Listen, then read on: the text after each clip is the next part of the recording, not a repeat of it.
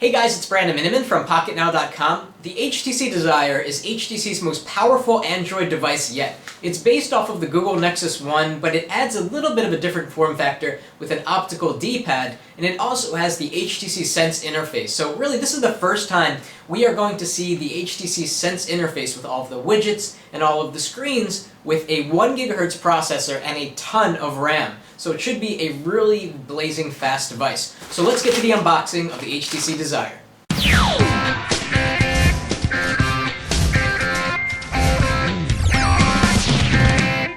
Alright, so let's get to the unboxing of the Desire. Okay, typical HTC box here. Let's take a look around the box. So this is the actual size of the Desire. It's pretty much the same exact size as the Google Nexus 1, but again we get this optical D-pad. The Google Nexus 1 had a row of buttons and then a mechanical D-pad below it. So this is a nicer design, I think. We've got some clouds here. Let's look at the specs on the back. It's running with the Qualcomm Snapdragon 1 GHz processor. It's got the latest install of Android 2.1 Eclair. It's got 576 megabytes of RAM, which should mean that you can run a ton of widgets on here without it slowing down at all. It's got an AMOLED display, just like the Nexus 1, which means that blacks are truly black, the colors really pop, and power consumption's fantastic. This is a European phone, so you're not going to get 3G in the US, unfortunately. You'll have to get the Nexus 1 if you want to have that. It's got GPS, Bluetooth, Wi-Fi, standard stuff. Let's get to the unboxing.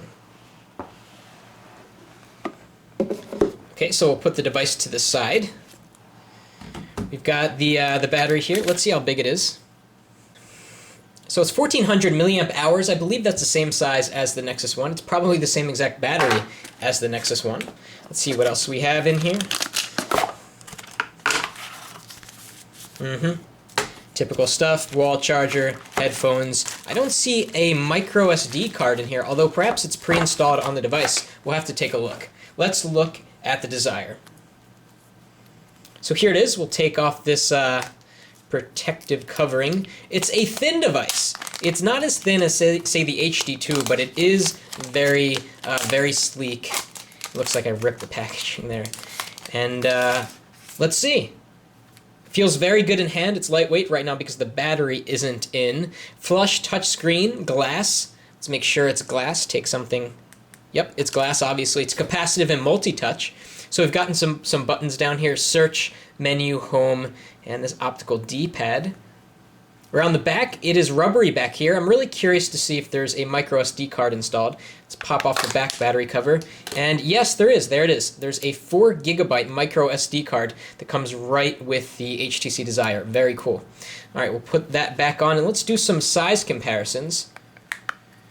Got a nice LED flash back here. Some size comparisons with some other devices that you may know. Okay, so here it is next to the HTC HD2. The difference in screen size is 3.7 inches and 4.3 inches. And again, the HD2 is actually thinner by a fraction of a millimeter, really. Both are very thin devices, and I'd say that the Desire feels more like a phone because it's smaller. It has a very, very nice rubbery coating on the back.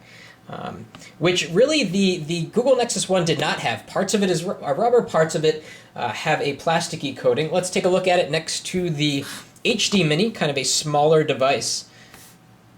Let's take a look at it next to a standard business card.